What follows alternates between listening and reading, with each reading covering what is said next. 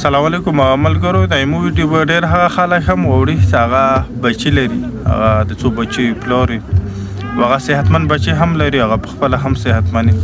موږ دا خپل پیغام د هغو خلکو دپاره کوو چې موږ په معاشره کې موږ په چڼ ګاونډ کې داسې ماشومان هم شته دي چې هغو منټ هم نه، ګنټه هم نه، ورځې هم په تکلیف وي، شپه هم په تکلیف وي، هفته هم په تکلیف او میاشته هم، او بلکې په کلونو په تکلیف کې. دا هغه ماشومان دي چې دای موږ تاسو په اسرې باندې ناستي. دا هغه ماشومان دي چې دوی ته چولی چې تاسو علاج نه کیږي. دغو خاندانونه په دغه سوچ باندې، په دغه فکر باندې بس خپل بچی پر یخه د سره دی علاج ښه نه کیږي، خو دوی سره دوی په دغه تکلیف کې په د شپه ورځ ورسره شریک وي. هغو ټولو خلکو ته موږ وایو چې دا رقم بچي چې هغه د چمړې وي د هغوی علاج ممکن دی، خو موږ هغو خلکو ته چې دا یو بچی نه دی، دا دوه نه دی، دا درې نه دی، دا د افغانستان نه ونسه د پاکستان، د افغانستان کابل نه ونسه، کندوز نه ونسه، کندهار نه ونسه، جلال آباد نه ونسه، جاجي میدان نه ونسه، ته څومره هم موږ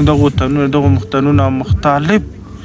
قسم دا رقم د چمبړو ماشومان موږ ته مطلب ده رابطې کې انداشه د پاکستان کورمینه ونسه، تکوهاټ، پېښور ونسه، هزاره ډیویژن، چترال، وزیرستان،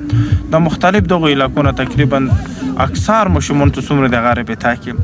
خو څه کله هم رابطه وکړي موږ یې رهنمایي وکړو چې د ډاکټر دلته دی او تاسو ورتللی شو، تاسو علاج کولی شو. دا هغه ماشومان دي او دا هغه والدین دي چې دا د علاج واس هم نه لري، یا حتی دا د کرایي واس هم نه لري. زه تاسو سره د یوه ویډیو درته کوم، ته باور ولره زه لکه دا د لیدنې قابله هم نه دی. دا وکړه دا ماشوم دی هریپور دی، ستا په وکړو دا ماشوم دی هریپور دی.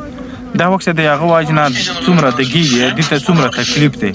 او دا تکلیف دی څومره وخت نه دی برداشت کړي، دا خو ورځ نه دی که نه. او دا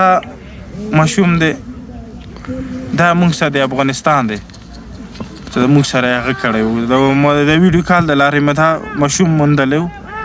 دا یو بل ماشومه دی، ته وخت دا وړه ماشومه دی، دا د کوهاټ دی، یعنې دې خبرې کې څومره تکلیف دی، اواز نه بیا تاسو ته اندازه لګېږي. ټول هغو خلکو ته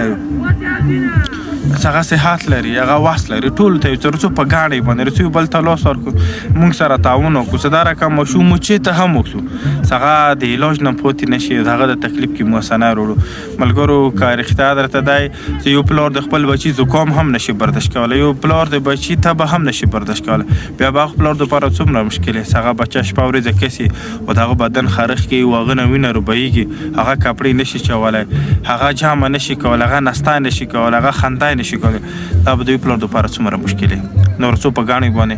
موږ سره لاس راکړو، موږ سره تعاون وکړو چې دا رقم ماشوم چېرته هم وي چې دوی علاج وکړو او دو ژوند سکون ته راولو، دو مخ، دو صورت یو ښایسته صورت جوړ شي. ډېره مننه.